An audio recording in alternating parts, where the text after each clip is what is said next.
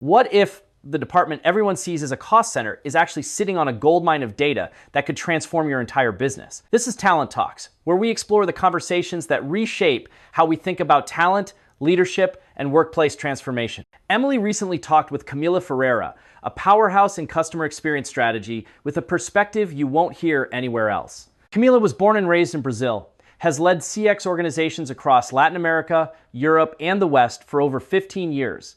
And here's what makes her different. She started in finance. That background gave her what she calls fluency in CFO language.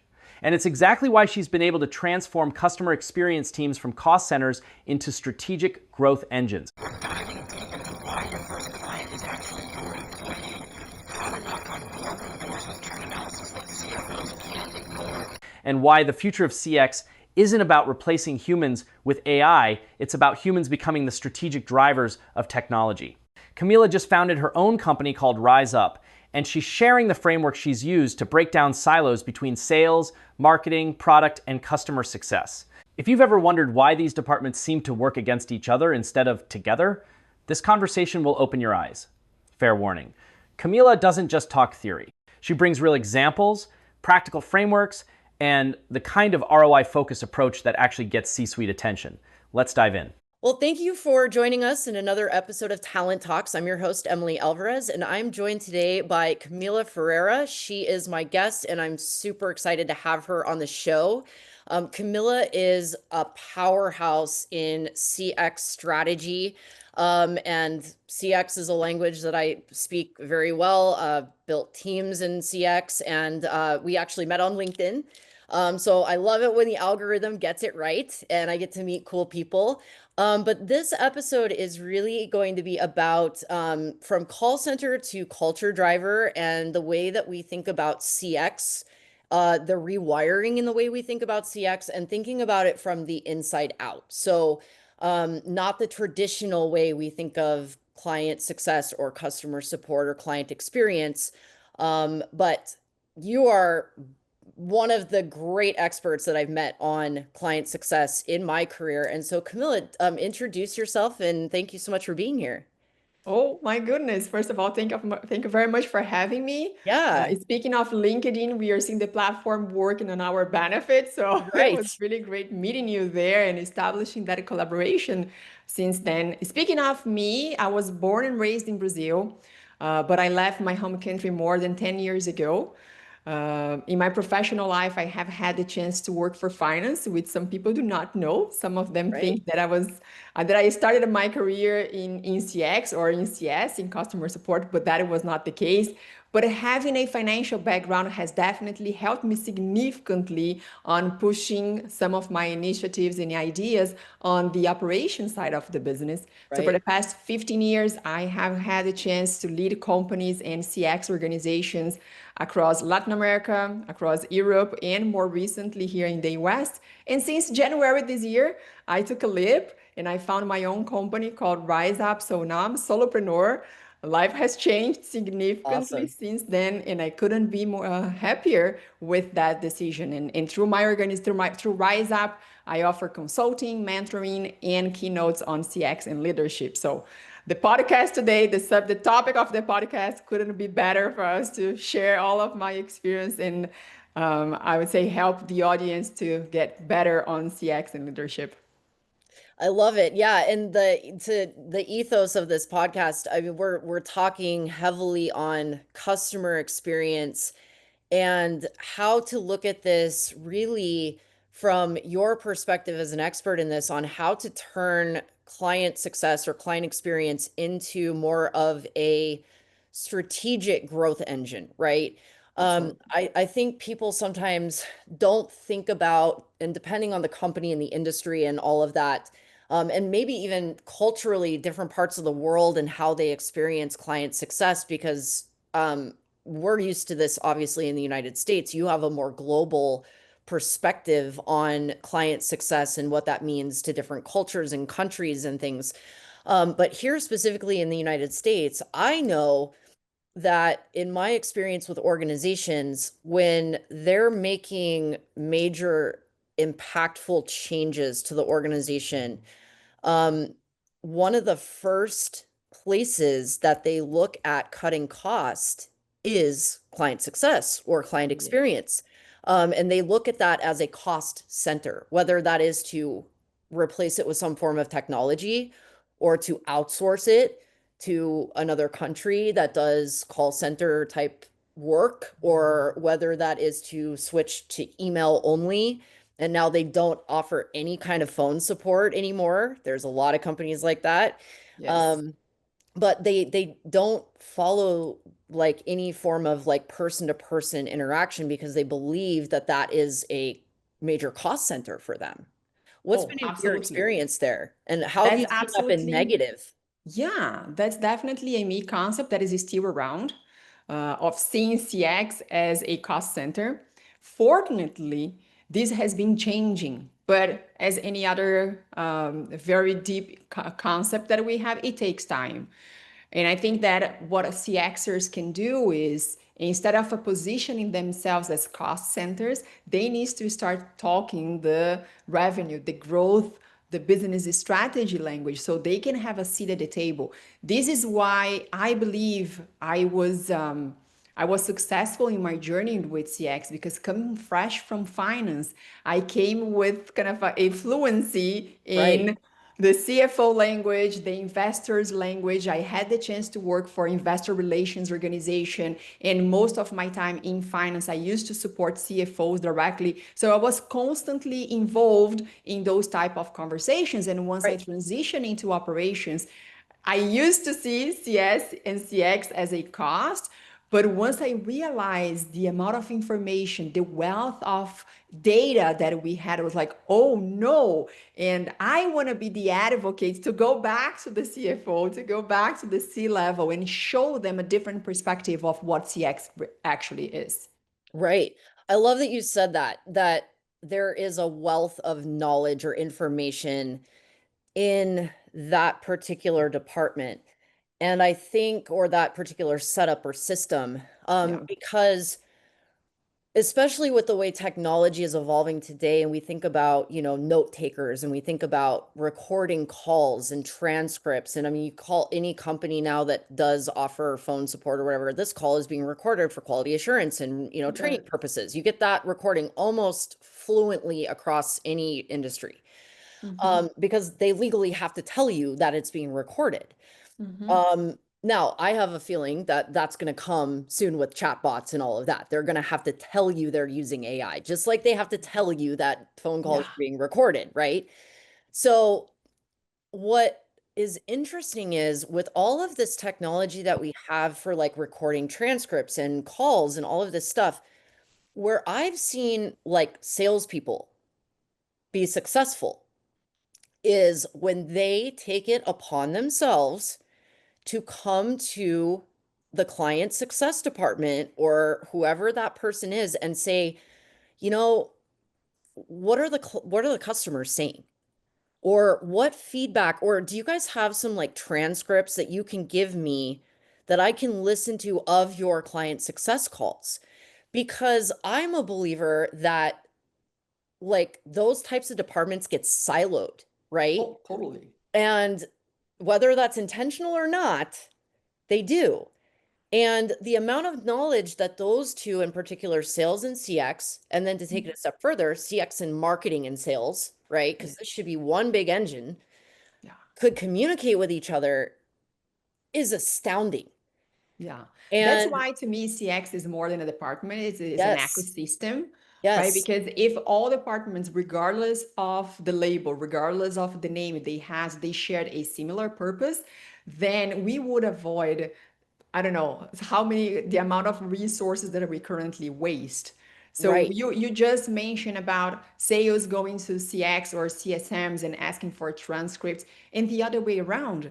So Yeah, they should also go to the field and see how difficult it is to approach a client that is working yes, with the competitor. What are the features that they like the most? And once we start connecting all of those data points, that's when a company truly believes more successful. right. And I think that more than silo departments, they play and they work against each other. It's marketing blaming sales that blames the support team, and so on. I'm like, No, you're they part turn of into the Cheshire Cat. exactly. You know, like who's on first? I don't know. It's marketing's fault. They did a bad job. Well, sales isn't selling. Yeah. You know, And then product. Oh, product did not design a right. good product. Okay. And one of the things that by working in CX and my experience in CX has mostly been in the tech industry. So the relationship with product has always been part of my CX journey. And Right. one of the first things that I quickly realized was that I should be a business partner of product, period. No kidding. Yes. And Yep. but Same. most of the times when I started in new companies or when I inherited teams, they used to be completely against and blaming product. It was like they also have their challenges. But if you think of how they design solutions, they need to do some sort of survey. They need to do Yeah. focus groups. They need to kind of support their decisions on something. And this something is what we have the most in CX because we have all of the feedback, the positive and the negative. We Right. have all of the feature requests because, as I said before, they either come from a previous client or they are being approached by one of our competitors. Right. Well, and it's not that heavy of a lift either to get this information. Not at That's all. what's so funny about this siloing, right? And again, I believe a lot of it is intentional for that reason because it's easier to like keep it in a structure where it's easier to blame succession or it's easier to blame the Yeah. person that came before me or it's You easier have to to like blame someone, yeah, right? it's easier to not take accountability or it's even easier to not say, you know what, this was done this way, but like we maybe need to like be innovators and think of other ways. And but we can't discount what we've learned here. Like we still need to be mindful because we don't want to repeat the same mistakes, right? But Yes. we want to still be mindful because we want to know where our blind spots are. But we also want to celebrate those wins and continue that forward. And I believe this foundationally comes down to how companies are designed now, where you have like, Oh, totally. structure-based companies versus innovation-based companies. And those two are not talking to each other in the same organizations. You have thinkers and doers, and they're not talking to each other and sharing that experience with each other because they're used to that siloing. I And agree. what I And they're think not is sharing the same purpose right, because they are assigned specific responsibilities. right, So sales needs to sell, marketing needs to, I don't know, push the product out, right, product needs to design the product. And what are they solving for? What is right. their shared purpose? What do we really want? Then once we do this, once we align on this, then we start working backwards to see how we are going to split responsibilities and accountabilities, Yes. but in a way that we have a shared purpose.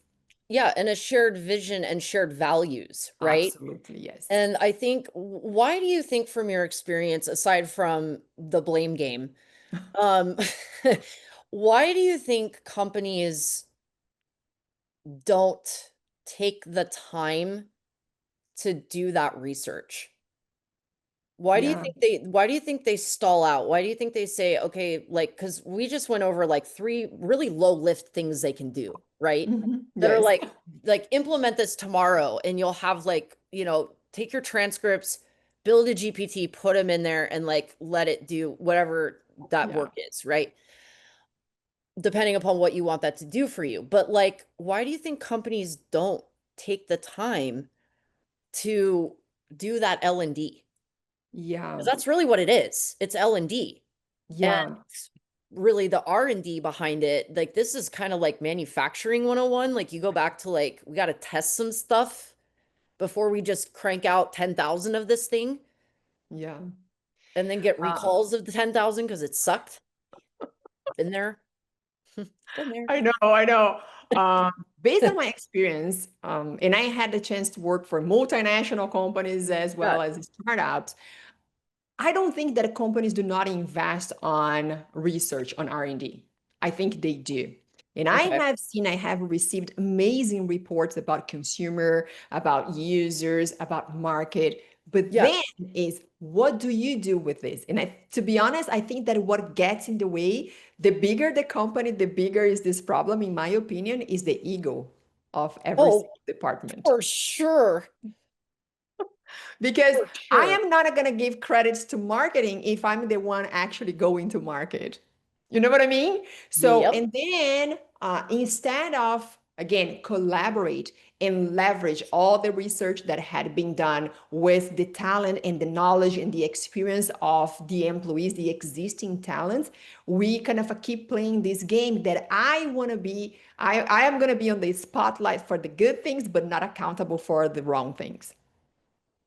Think you hit the nail on the head with ego. I do. Yeah. And I mean that That's how I see it.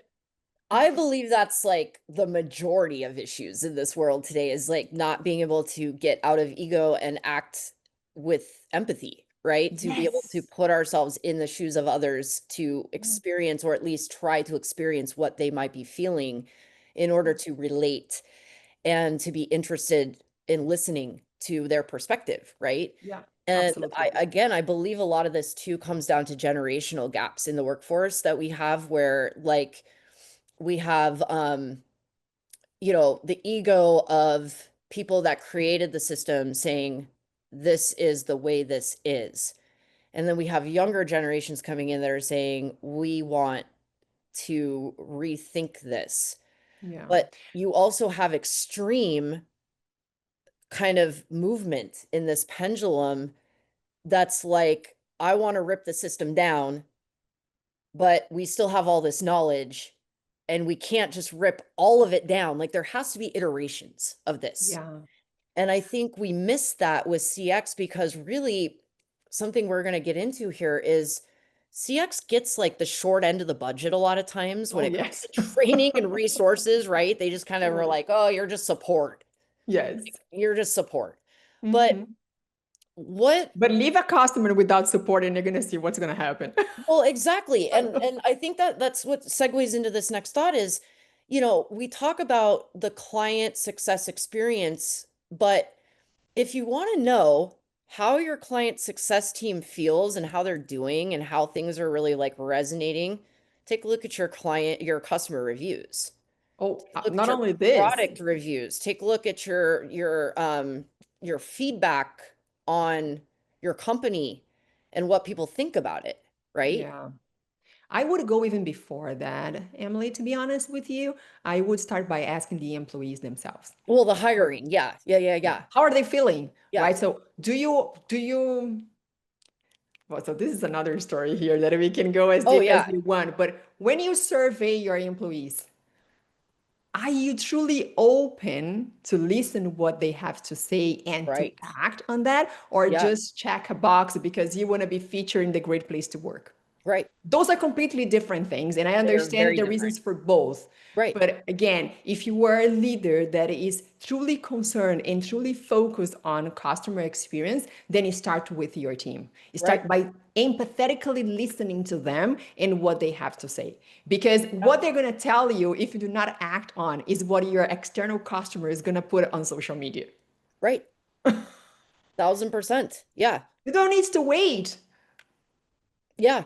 Well, and I mean, I'm just saying in the sense of like, if you are a business owner or a CEO or somebody right now, and you're like, I don't really know like what my company is feeling, like that's a good way to get like a pulse on that. But Oh, yes, totally. you should be asking, or we should be asking, what our people feel and think about these things. And I think we were chatting about this earlier about like tech adoption, right? Mhm. One of the first areas that tech adoption usually touches, in my experience, is client success, right? They usually get brought in to use whatever CRM there is, whatever chat devices there are, whatever they're on email, they're on pretty much like every system within the company that exists, whatever platform, they have to have access to what the client sees, or they have to have, some sort of access to some sort type of system for Mhm. report taking or note taking or whatever that is. And I think I've seen this a lot where companies implement, whether it's software, policies, procedures, different things like that, and they don't even introduce it in a way that's like, hey, we're going to talk about what these transitions or what are you guys actually doing in your jobs? Like, let's walk through these processes. We've never actually outlined these things before or seen if there's a better way because we've never had that conversation before. Maybe there's like better processes that we can put in place, but they never ask that question. Oh, And then not at their all. people feel like it's like an invasion, you Yeah. know? They It's like don't invasion kind of of, the body snatchers. Like, you want me to do what? Like, this is yes. going to take over what I'm doing, especially AI. Absolutely. So you do have, as you said, right, the heavy users of the systems within the organization because they need to know in order to support clients. However, when you are designing features or revamping your tech Yeah, stack, you do not invite them, you do not loop them for feedback. So look at correct. the amount of resources that you are leaving behind just by not looping them. Then the most awkward situation, and it was not once, it was many times that Right. I got to know about new product releases, but from my clients and not from my organization. Guilty of that. I've had that happen. Yeah. Look at this. So imagine how would you feel if you are either a CSM or a CXM or a frontliner, whatever it is, and you get to know something about the organization that you work for by a third party. It's incredibly embarrassing and it's incredibly insulting. Then what would you expect in terms of reviews? The next this client is going to do is go to social media and say that you don't train your team. Right. Right. Yeah, I'm a believer that people, if we've done our due diligence in our hiring and we've done that, because I believe that's foundationally part of the issue too, is the way that we hire Indeed. and the way we look at the way we hire and the way we work. But I'm a believer that if we've hired within our teams and we have the right people in place, they're really a lot of times only going to be as good as the resources that we give them. And Totally. there's only so much that people can do in jobs autonomously before like they're like, I need guidance and I need leadership. You are a leader. Like, it's in the title. It's in your title. Yeah. You're a leader. Yeah. So lead. But I believe that we get caught up in, and maybe we should get into this, but talking about the wrong metrics when it comes to CX and the wrong, we're looking at the wrong information a lot of the times that we're judging CX Mhm. on. Um, and again, this goes back to thinking about them more as a cost center, as doers of a thing Yeah. and not as strategy driven individuals or strategists that have information that can be taken and plugged in and looped in and actually put in to be mortar in some of these cracks that exist. Like, this is actually the glue that might hold some of this stuff together. There doesn't have to be a Dutch boy with his finger in the dam anymore, because your Yeah. CX people have the answer to that, right? Where we can actually like solve for it. But I think we a lot of times in companies don't look at CX that way. So do you think we're looking at the metrics and how we're judging this department the wrong way entirely from just their origin? Yeah. I think there's a lot to unpack in this. Yeah, So first of all, does this company has a clear strategy? Because sometimes things start from above, from right, not having a clear, the organization has no clear understanding of where it wants to be in right. 3, 5, 10 years, whatever. So Yeah, first of all, do we have a clear strategy? Do we know, does the organization know where they want to be in X years from now? right, That's the very first question. Second, how does each department can contribute to that goal? That's the second thing. yes, Because again, if you work for marketing or CX or HR, whatever it is, you can contribute in different ways. But right, knowing your destination is what's going to equip you to bring to the table the best value of what you do. right. That's the second thing. Yeah, Then the third thing is if I know my destination, I know the value that I bring to the table, how do I measure this? So it's a lot more than discussing metrics because metrics, again, we can have any. Right. And maybe the metric that works for one company is not going to work for the other one. And why? Because the destination is different.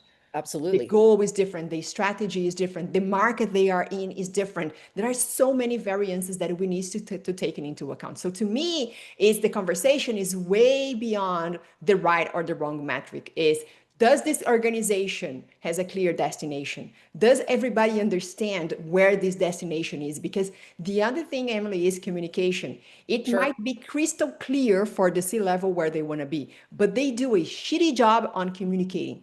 Yeah. And moreover, sometimes what they do is that they think they know what the strategy and the goal is, but what they are asking the organization to do goes in the opposite direction. And this is Right. so conflicting. And it talks about, again, employee experience. Right. Yeah, that's a really great point. And yeah, it does go beyond, way beyond the metrics. I think that's what a lot of companies, that's been the chief complaint though with uh a lot of the workforce though. Oh, And yeah. a lot of HR individuals specifically in organizations is, a lot of companies are, they say they care about the employee, they say they care about the employee engagement, they don't, right? They're ticking boxes. Yes, And absolutely. And then they so, change priorities quite quickly. They correct, do not listen to their employees.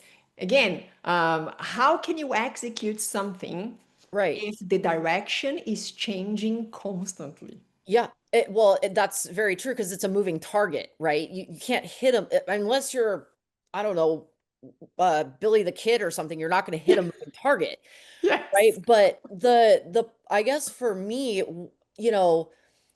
when we talk about organizational change and strategy, right? And we talk about getting people to see a different point of view other than seeing outside of the metrics, right? Because there's really different metrics. There's number metrics, there's vanity metrics, there's, you know, um, people Sentiment metrics. metrics. Yeah, I mean, there's a ton of them. But the thing is, like, when it comes to these like organizational changes and knowing the values of an organization, do you think that it's best when leadership that's looking to make these changes, do you think they need to come to the table ready with a strategy for the C-suite level? Like how do you approach that situation or that conversation? Because I know that's been a sore subject for a lot of C-suite, not C-suite people, but people that have had to interact with C-suite leaders, because obviously the change starts at the top and it's up to the Yes. top to maintain that consistency, right? To Mhm. really set that vision, to know the values and to live those values and practice that through everything they do in their organization. And the culture, which is the people, support that initiative, Mhm. whatever that is. And they have to have clarity to do that Yeah. communication. But the thing Mhm. is, like, if you're in an organization where you want to implement this type of change, a lot of people don't know where to start because they're like, Yeah. I don't know how to even have that conversation because I don't even feel like I have a seat at the table. Yeah. Let me give you an example because I Yeah, like kind of a jumping into real life situations so people can connect with the challenges they face. absolutely. I love this. I love stories. So, yes, one of the metrics that C-level track is churn, right? Right. And again, Absolutely. regardless of how big is the organization, where is the moment of this organization, selling and retaining will always be a priority. At least I have never worked for a company that doesn't have those two things as a priority. Yeah, we're gonna stop selling today for, 6 months. Yeah. And we'll come back to it later. Yeah, never Even happened. ONGs, they are Yeah, looking for expanding. So again, right. Exactly.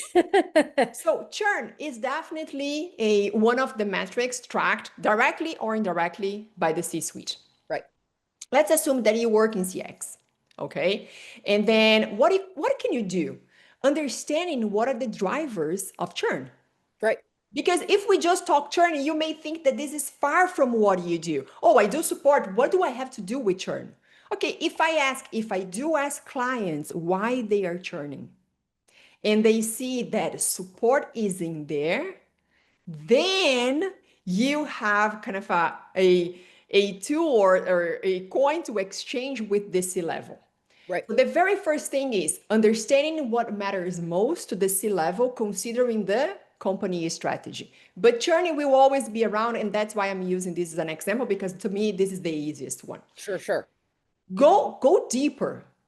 Don't limit yourself to the tip of the iceberg of discussing churn if this was kind of a very distant planet. No, this is real, and there are crystal clear reasons why people churn, why customer churns. Right.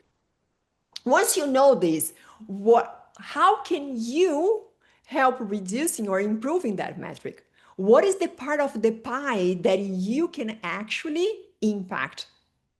Okay, so from the churn coming from support-driven reasons, I can commit by X% by doing Z. Right. Then you approach the C-level. That's when you go and knock the boardroom door and say, hey, I know that you guys are tracking churn. I know that by reviewing the data that the churn coming from support represents X%. Right. I have here an initiative that if put in place, we can reduce churn by X, and this is the amount of money that we are talking about. Right. I bet you there is absolutely no CFO that will not open the door for this kind of a conversation. I would be hard pressed to find one. Okay. Yeah, no, I would. I mean, unless you're dealing with somebody that's just completely unreasonable, then I'm in the same boat. I think that's what happens a lot of times in these organizations is we as maybe director level or like manager level that are in charge of executing certain initiatives. I know for me, when we talk about siloing, I've been in situations where they have not communicated those initiatives, and then you're like fighting for something. It's interesting you use churn as an example because that exact scenario happened to me. And yeah, churn was a serious problem. But when we started to alleviate some of that, and I started to figure out where that was coming from based on what clients were telling us about their entire experience, right? Because I'm not just going to blame something on one department. It's usually a combination of many things. And so when you start digging into these things, that can sometimes be a bit disarming or disruptive to other departments when you start surfacing some of these things. So what I've found in my time is, again, you brought up a beautiful point of making sure you know what's important to departments, because as humans, we sift through a lot of noise. And there's a lot of noise at workplaces, especially the higher up the chain you get innovated or inundated with a lot more noise. It's like surround sound speakers all the time. But not necessarily with the language you speak. Yes, that too. That as well. Yes. And that's the thing. And that's why I think that people get so frustrated, because once they look at where the opportunities they are surrounded by. Right. Let's get back to support. Oh my goodness, I can see here that my customers or the clients that I support are getting frustrated or disappointed with this. Right. Fair.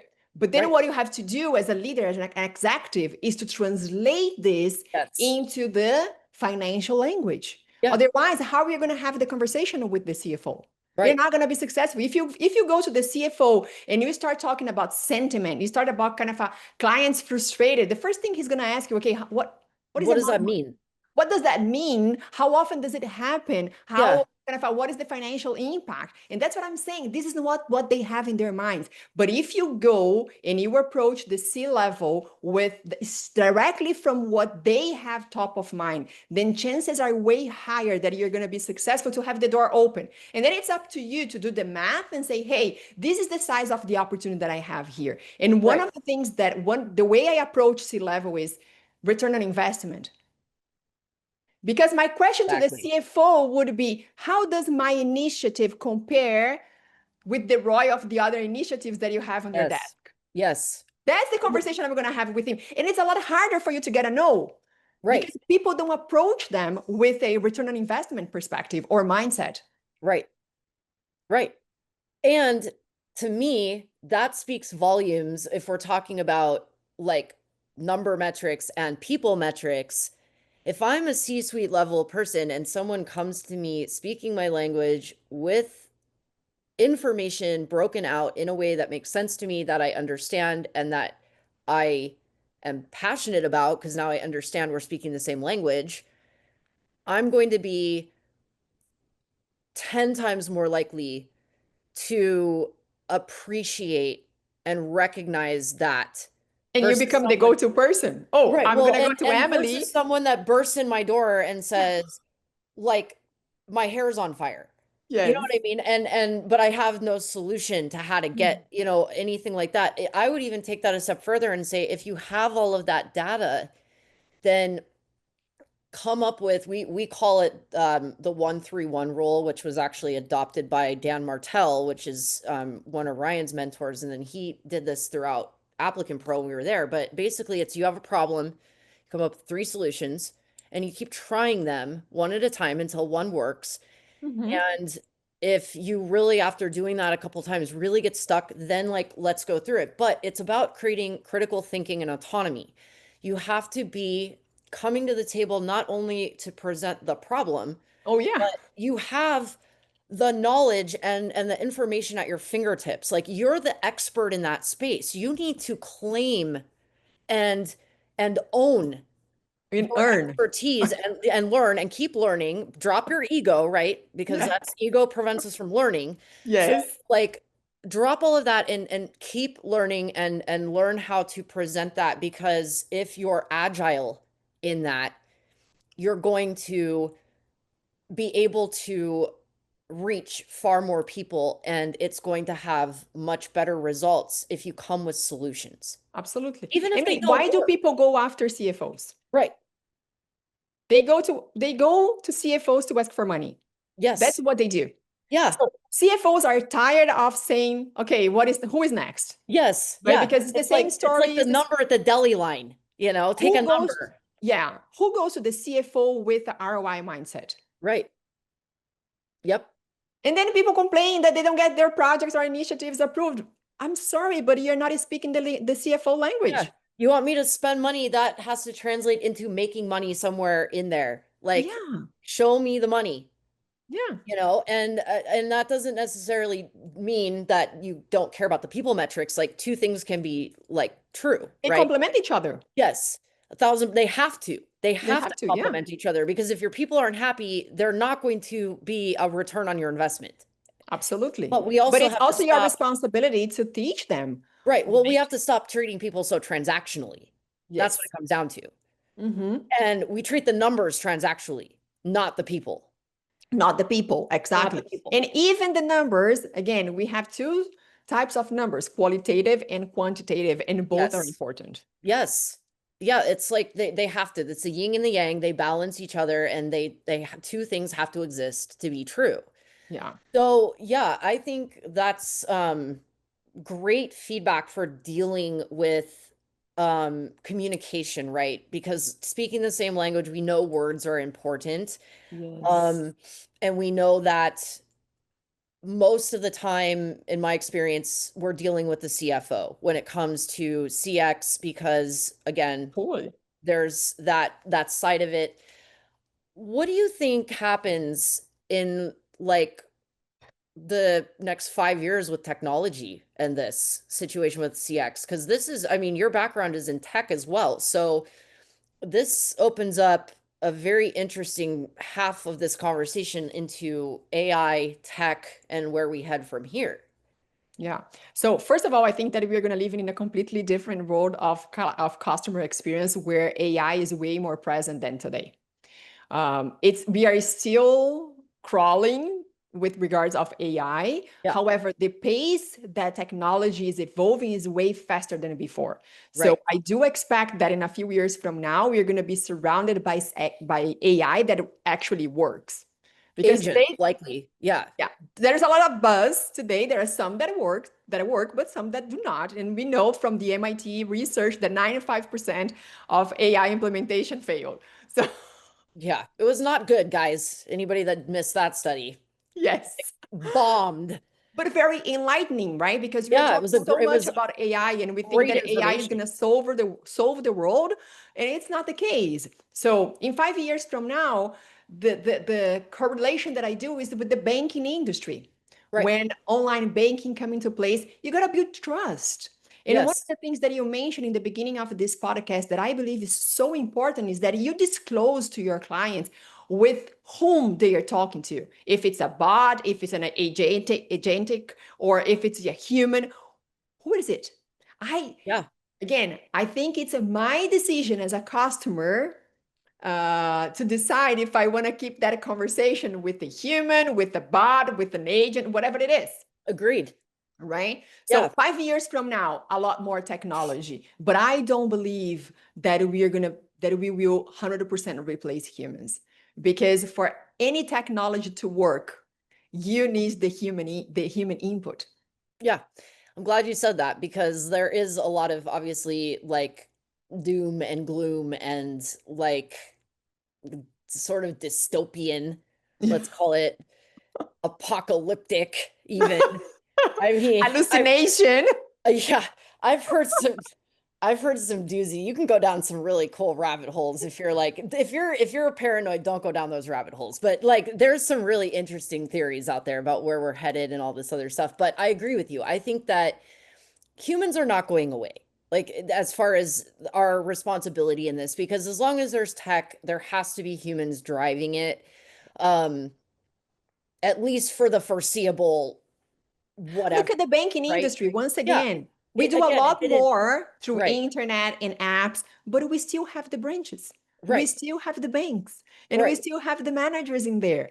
They right, had to evolve. They had to change how they work, but right. they are still there.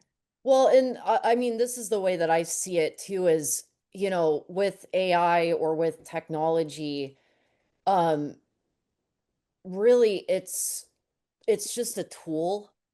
And these tools like AI, it lacks the ability to have critical thinking. And that is a uniquely human experience to go through critical thinking. I mean, animals go through it to some degree, right? But when it Mhm. comes to actual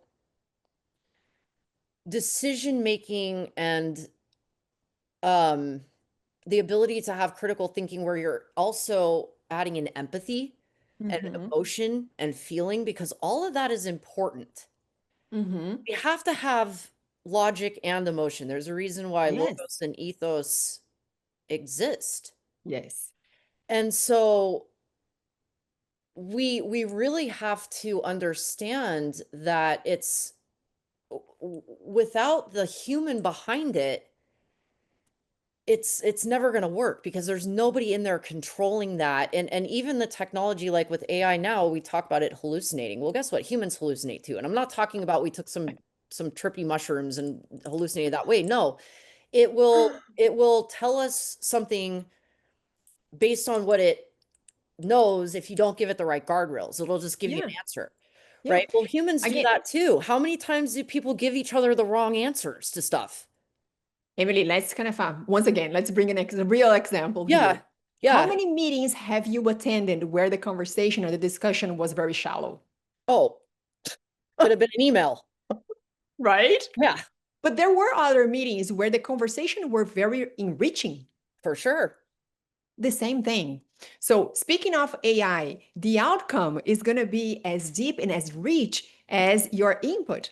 Right. And the other day, I posted this on LinkedIn when I brought back kind of that quote from Albert Einstein. If he had an hour or a minute, I think it's an hour, so he would invest 59 minutes on coming up or ch- thinking of the question and 1 minute Right. to answer. It's Yeah. the same thing. It's so timely. It's from Yeah. more than a century ago, but it's still very timely. And why? Because the core hasn't changed. The core is that we are the ones driving the inputs to the machine, to the technology, and to whatever it is. Well, do you think that that's because we as a and this is a deeper question, but and it'll tie back in, but do you think that that is as a result of just humanity kind of right now Um, and I think this exists, it's a mirror, right? Like society mirrors businesses, mirrors cultures, mirrors values, mirrors everything that we do because we're human. We absorb Mm-hmm. thousands of millions of pieces of billions of pieces of information, right? It just comes and comes and comes. Do you think that's because we have kind of as a humanity, as a society, have become sort of overreactive to things in general? Oh, I think so. I This think is one so. of the reasons. I think that we now listen to answer and not to connect. But if you also look at the reasons why people quit their jobs, one is definitely leadership. The Right. second one is because they stop learning or they are not learning as much as they wanted. And Mhm. why? Because the interactions are so shallow that they're gonna look for something else. Right. Well, I mean, I think that's part of this theory on, you know, as we've tried to become more efficient, we've lost our craftsmanship and we've lost our ability to connect because we've valued speed over Overconnection. substance and over connection, Yeah. right? And so I've seen this a lot where, especially companies that are based on, again, the stability, and CX teams experience this, I think, a lot too, more so than I think other departments because we tend to be client facing. Mm-hmm. And so we also get the emotion from what's happening outside and all of that. So we actually kind of have a mirror more or a window more to the outside world, Oh, right? And totally. how they're experiencing what we're putting out as a company into the outside world more than anybody else. Mm-hmm. And then you come into a company and you have a bad working environment. It's like a recipe for disaster, right?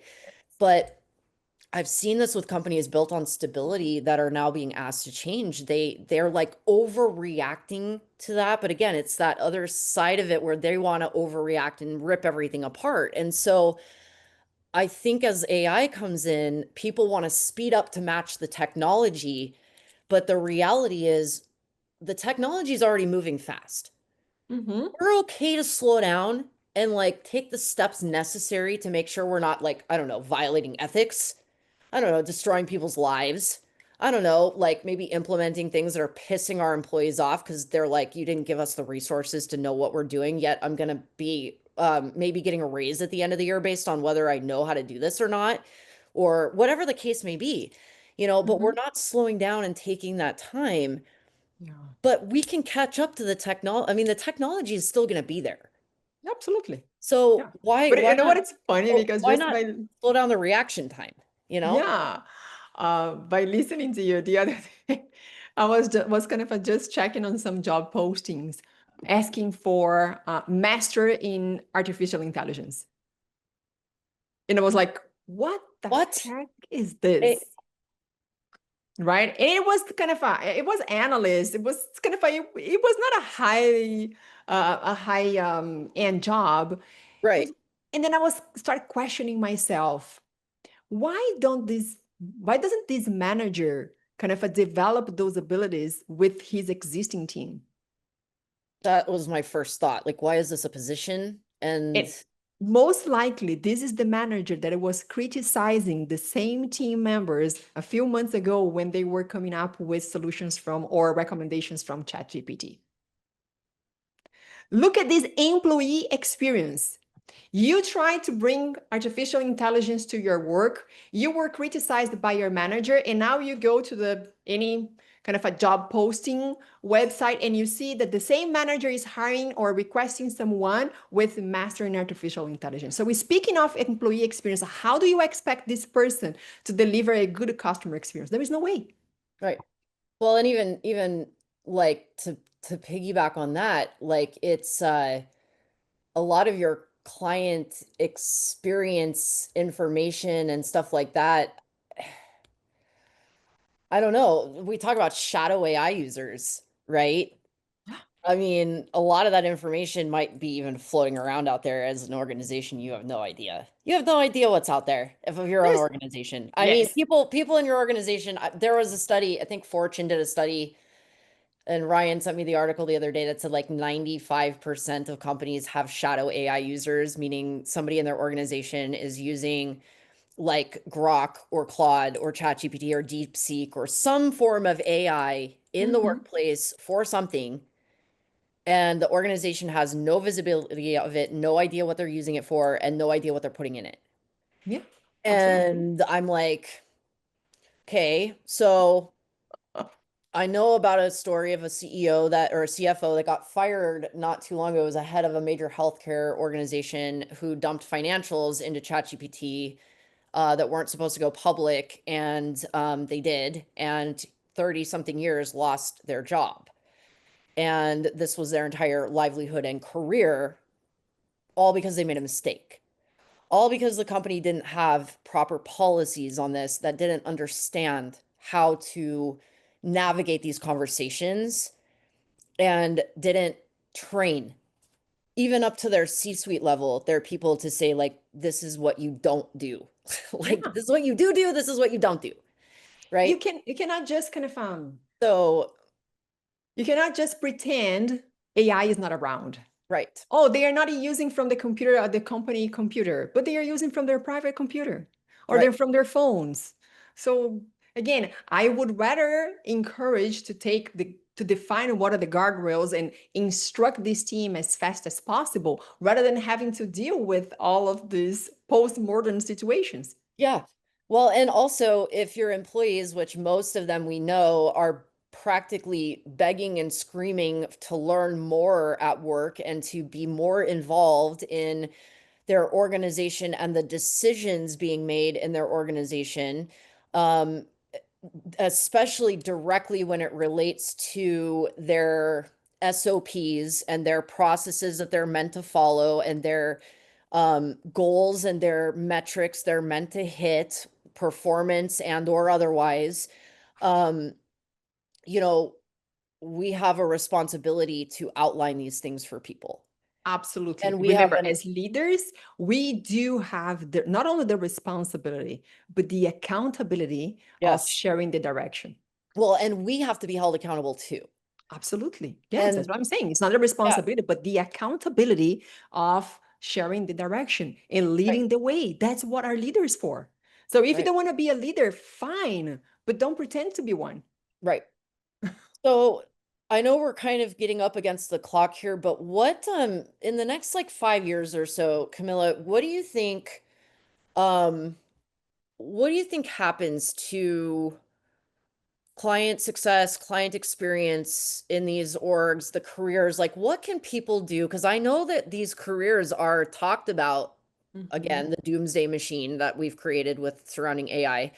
But a lot of people are talking about CX jobs, client success jobs are like one of the first jobs, right, Yeah, that are kind of talked about as being on the table for reduction yeah, because of technology and other things. But how do we make these careers like relevant? How do we get individuals in this space to kind of wake up and realize, like, there's a lot you can do, and here's some tips to make your career something you want to aspire to do? yeah, absolutely. So the first one is that one of the benefits that I see of having AI is the breaking silos. Yes. Right? Because today you hire for CSMs, you hire for marketing, you hire for support, and somehow you kind of define that if you are a support agent, you cannot cross-sell or upsell because this is for the CSM. So you are kind of limiting people's ability just Right. because we are organizing the way we are today. So Yeah. I think that AI comes to break us free from this siloed approach. And to me, what's going to prevail is your ability, your soft abilities, such as how do you engage, how empathetic you are. Now we are going to see the real value that human beings, the ones that are committed, the ones that truly believe on what they are doing, that can bring to the business. Right. And why? Because we will all have access to most likely the same. So in 5 years from now, I do see us kind of calling or engaging with agentic Right. first, Yeah. but not eliminating the human behind it. The human behind it are the ones that truly have the experience, the empathy, and win-win collaboration, because that's the other thing. I think that the world that we are building is a world where everybody wins and not one win despite of the others losing. Right. I love that. That's awesome. And yeah, I would agree that we've got to get to more of an all size fits one type of an understanding. And I think you're absolutely right. I think we are headed toward agentic AI. In fact, I know Yes. we are. And I would also say that, back to what we said, you hit the nail on the head when we talked about, like, there will be a point where you will be asked or told, this is a robot you're talking to, not like that, but this is an AI Agentic. agent. Yeah. Do you want to talk to a human instead? We do that actually at our company. Like, when we build our agents, we build it so that it's a agent, and it identifies itself as such, and it says, I'm, so and so, I'm an AI agent built by, whoever built it. And then it But I says, have X% resolution rate. right, and So but it you says, build yeah, trust up front. well, it says that, and then it actually kind of makes a joke out of it a little bit. It says, like, you're more than welcome to talk to a human if you want to, but please give me a chance. Yeah, Like, please give absolutely. me a chance and just see. If you don't like me, like, you can hit this button at any time and, like, disconnect me, and I'll just put you through to Emily and CX or whatever. And if you're not Yeah. happy, I'm going to connect you with a human. Yeah. But Yeah. again, if you just want to talk to someone, call your friend. Yeah. 1,000%. Yeah. Or, But like, if you want your problem resolved, that's what I'm here for. right. And I have different ways of doing this. Yes. So it's and that actually allows us to get better with the tech, right?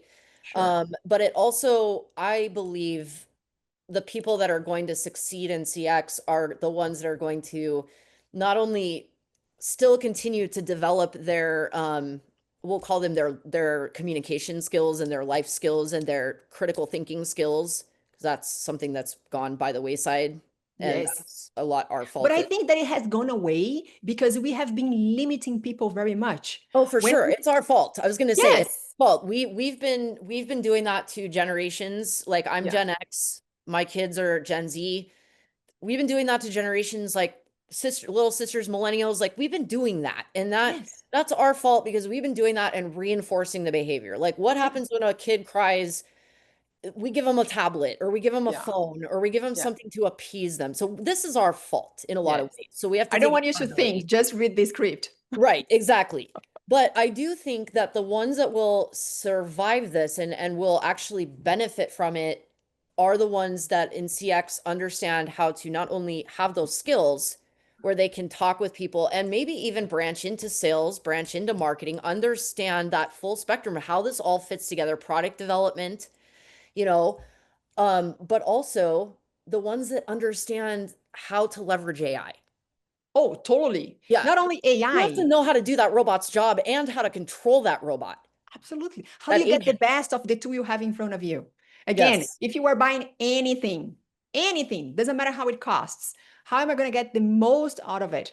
It Yes. applies to AI, it applies to the gadget that you buy at home, whatever it is. How Right. do I get the best of it? And people that will kind of not succeed, I would say, but people that will prevail are those that are investing on learning, and Yes. not only every single tiny bit of or every single new AI app that comes to life absolutely every day, but it's how to manage this, how to live in this world that is a combination of artificial intelligence with human beings. Yep. Yep. I love that. Great place to end off. Cami, thank you so much for being here. Thank you. Such a pleasure. Yeah, this was a great conversation. I've always loved chatting with you. You can find Camila Ferreira on LinkedIn, and she also has her website, which is riseupbycami.com. So you can find her there at her company. But it's been an absolute pleasure talking with you. I'm so glad we connected. Looking forward to seeing you in our Friday roundtables. Oh, And absolutely. I don't miss yeah, it. and it's just been great. I'm glad you're back from Brazil and we get more time to chat. And so, yeah, thank you again for being here and talking to us about your journey in CX and all the amazing insight you gave us today. Yeah, no, always a pleasure to chat with you and a pleasure to share this with your audience. Camila brought such incredible insight to this conversation, didn't she? From her international perspective on CX to that powerful framework for speaking CFO language when you need budget approval. Here's what I want you to walk away with. First, Camila's insight that your first client is your employee. If you want to deliver exceptional customer experience, start by creating an exceptional employee experience. It's impossible to separate the two. Second, that churn analysis framework she shared. Don't just talk about problems, dig deeper into the data. Understand what percentage you can actually impact and approach the C-suite with ROI conversations. Ask yourself, how does my initiative compare with the ROI of other initiatives on the CFO's desk? And third, her vision for the future of CX with AI. We're heading toward agentic AI, but the humans who will thrive are those who invest in learning how to manage the combination of artificial intelligence with human empathy, critical thinking, and collaboration skills. As Camila said, the outcome is going to be as deep and as rich as your input, whether we're talking about AI or the conversations we have with our teams. You can find Camila Ferreira on LinkedIn and at Rise Up by Camicom, where she offers consulting, mentoring, and keynotes on CX and leadership. I'll put all her information in the show notes. If this conversation changed how you think about customer experience and breaking down silos, share it with someone who needs to hear it. And leave us a review. It helps other leaders find these transformative discussions. Thanks for listening to Talent Talks.